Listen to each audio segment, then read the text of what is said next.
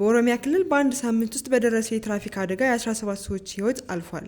የኦሮሚያ ክልል ከሚያዝያ 20 እስከ ሚያዝያ 26 2017 ዓ.ም ድረስ ባሉት ቀናቶች በደረሱ የትራፊክ አደጋዎች የ17 ሰዎች ህይወት ሲያልፍ በ36 ሰዎች ላይ ከባድና በ30 ሰዎች ላይ ቀላል የአካል ጉዳት ደርሷል።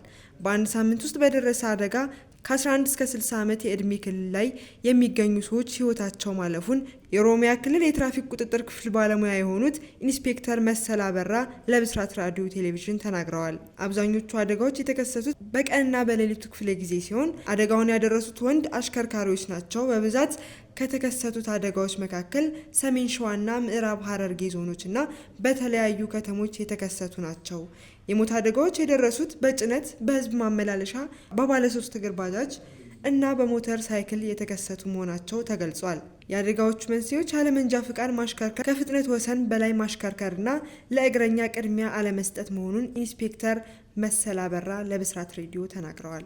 ወደ ሌላኛው መረጃ ስናልፍ ደግሞ በአዲስ አበባ ከተማ በሁለት የእሳት አደጋዎች የንግድ ሱቆች ላይ ከባድ ጉዳት ደረሰ። በለሚኩራና በንፋስ ስልክ ክፍለ ከተማዎች የደረሱ ሁለት የእሳት አደጋዎች የንግድ ሱቆችና በመኖሪያ ቤቶች ላይ ጉዳት መድረሱን የአዲስ አበባ እሳት አደጋ ስጋት ስራ አመራር ኮሚሽን አስታውቋል።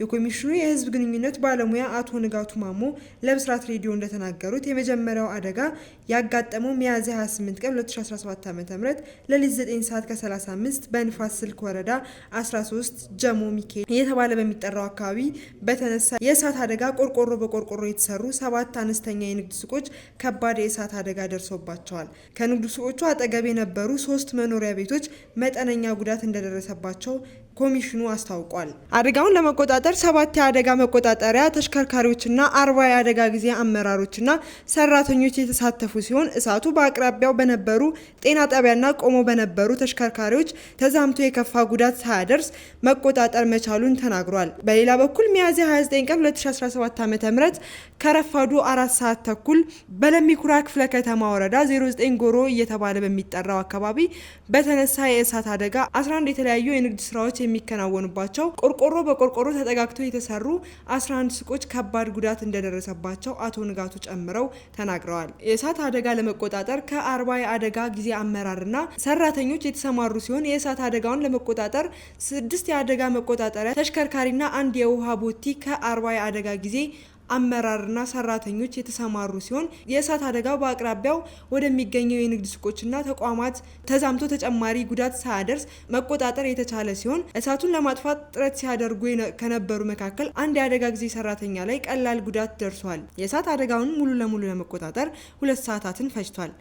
በሁለቱም የእሳት አደጋዎች ላይ በሰው ላይ የደረሰ ጉዳት እንደሌለም አሳውቀዋል። እሳትን ሊቋቋሙ ከማይችሉ ግብዓት የተገነቡና ተጠጋግተው የተሰሩ የንግድ ሱቆች ለእሳት አደጋ መከሰትና መባባስ አስተዋጽኦ ያላቸው በመሆኑ እሳትና የኤሌክትሪክ ኃይል በመጠቀም ጊዜ ከፍተኛ ጥንቃቄ እንዲደረግ ኮሚሽኑ ማሳሰቢያን ሰጥተዋል። ወደ መጨረሻው መረጃችን ስናልፍ 2 የኒውክሌር ቦምብ ሀገር ባለቤቶች ህንድና ፓኪስታን ወደ ጦርነት ሊያመሩ እየተንደረደሩ እንደሆነ ሚዲያዎች እየዘገቡ ይገኛሉ። በቅርቡ በህንድ ካሽሚር በደረሰው የአሸባሪ ጥቃት ህንድ ፓኪስታንን የወነጀለች ሲሆን በዚህም 27 ሰዎች ሲሞቱ ብዙዎቹ ቱሪስት እንደሆኑ ተነግሯል። አሁን ደግሞ ህንድ በአጸፋው ትላንትና ማታ ጥቃት አድርሶብኛል ባለችው ቡድን ፓኪስታን ውስጥ በቦምብ ጥቃት አድርሳ 27 ሰዎች ሲሞቱ ብዙዎቹ መቁሰላቸው ተነግሯል። ፓኪስታንም በበኩሏ ለህንድ ምላሽ እንደምትሰጥ እየተጠበቀ ሲሆን የፓኪስታን እና የህንድ ሁኔታ ብዙ ሀገራትን እያነጋገረ ሲሆን እነዚህ 2 የኒውክሌር ቦምብ ባለቤት ወደ ለየለት ጦርነት ከገቡ ኒውክሌር ቦምብ እንዳይጠቀሙ ተፈርቷል። ፓኪስታን ከ77 ዓመት በፊት አንዷ የህንድ አካል የነበረች ሲሆን ነፃነቷን ካወጀች በኋላ ግን ከህንድ ጋር ሰጣ ገባ ውስጥ በመግባት ብዙ ጦርነት አካሂዳለች።